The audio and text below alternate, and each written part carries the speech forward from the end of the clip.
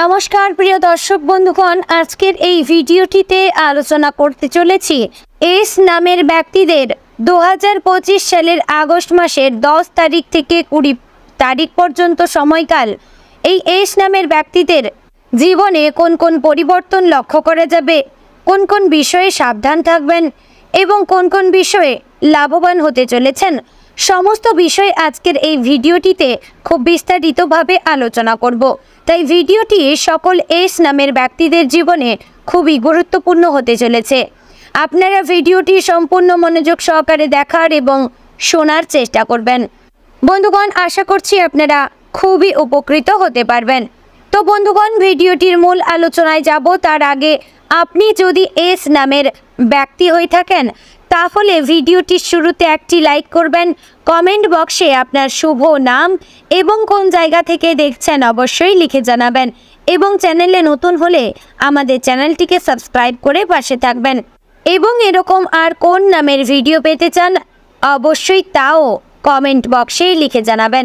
আপনার একটি লাইক, একটি কমেন্ট আমাকে আরও উপকৃত ভিডিও দেওয়ার জন্য আরও উৎসাহী করে তুলবে। তাই অবশ্যই কমেন্টের মাধ্যমে আপনার উপস্থিতি নিবন্ধ করতে একদমই ভুলে যাবেন না। চলুন এবার ভিডিওটির মূল আলোচনায় যাওয়া যাক। 2025 সালের আগস্ট মাসের 10 তারিখ থেকে 20 তারিখ পর্যন্ত সময়কাল এস নামের ব্যক্তিদের জন্য একাধিক মুখী পরিবর্তনের সময় হয়ে উঠতে পারে। এ সময় জীবন যেন একাধিক পথে ভাগ হয়ে যাবে। কোথাও সাফল্যের আলো দেখা যাবে, আবার কোথাও একাধিক বিষয়ে সাবধান থাকতে হবে, কারণ সামান্য অসাবধানতাও বড় কোনো সংকট ডেকে আনতে পারে।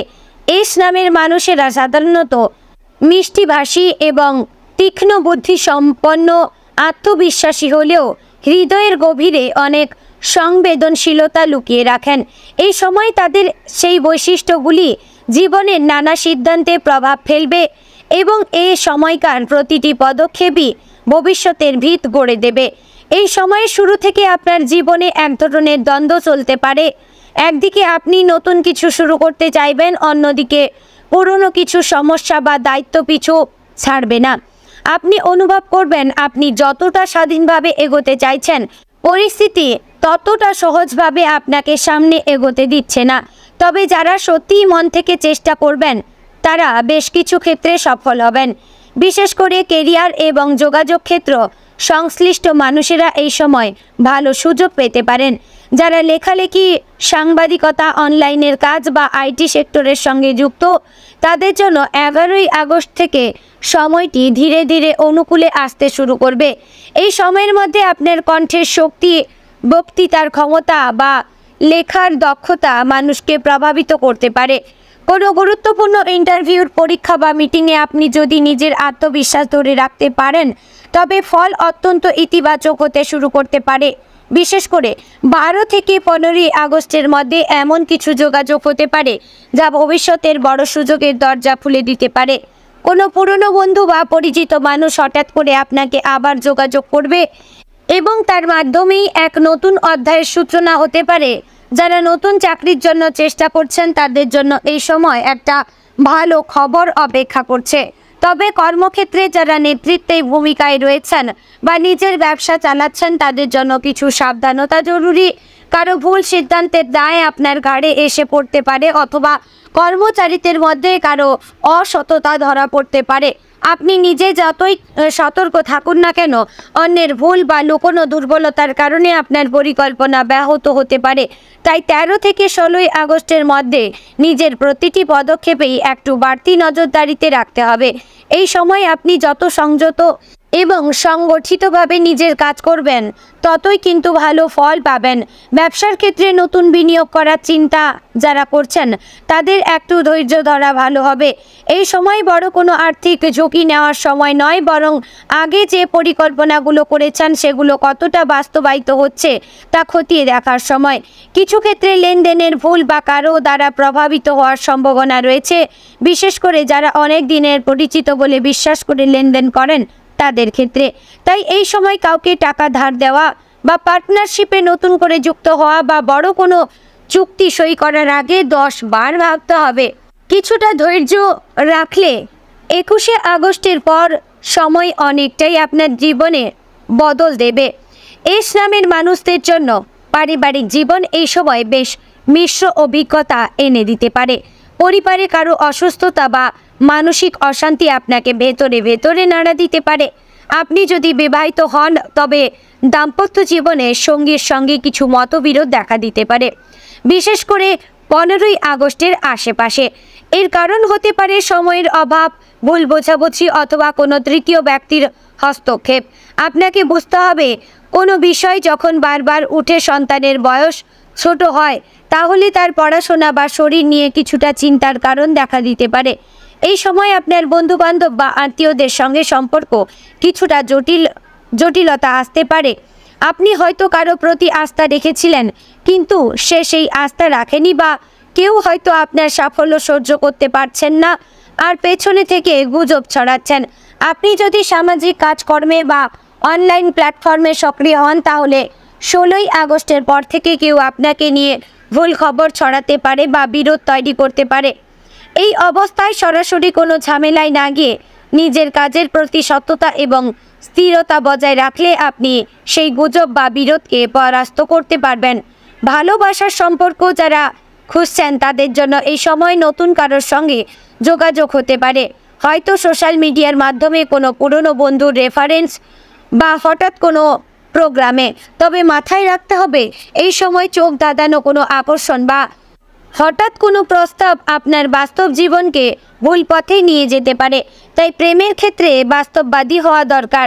যারা ইতিমধ্যে সম্পর্কে রয়েছেন তাদের মধ্যে কেউ কেউ সম্পর্কের ভবিষ্যৎ নিয়ে আলোচনা করতে পারেন।